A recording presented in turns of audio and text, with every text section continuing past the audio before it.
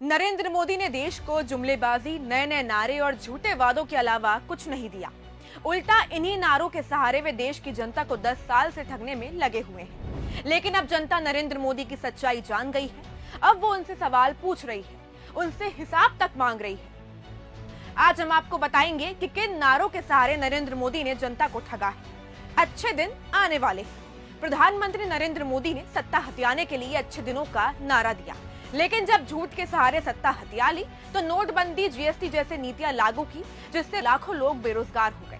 वही महंगाई इतनी बढ़ गई कि आम आदमी ने हाथ जोड़ लिए कि भैया ऐसे अच्छे दिन उसे नहीं चाहिए।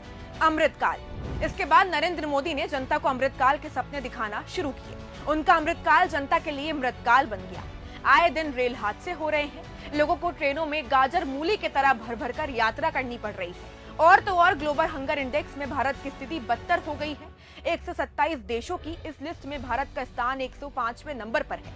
किसानों की हालत ऐसी है कि उनकी फसल की लागत नहीं निकल रही है। वे खुदकुशी करने को मजबूर हो रहे हैं। विकसित भारत। जब ये दोनों नारे फेल हो गए तो नरेंद्र मोदी एक नया नारा लेकर आए, विकसित भारत का। बोले विकसित भारत के सपने के पीछे कठोर परिश्रम चल रहा है। इसी मेहनत का नतीजा है कि रुपया अब तक के सबसे निचले स्तर पर पहुंच गया है।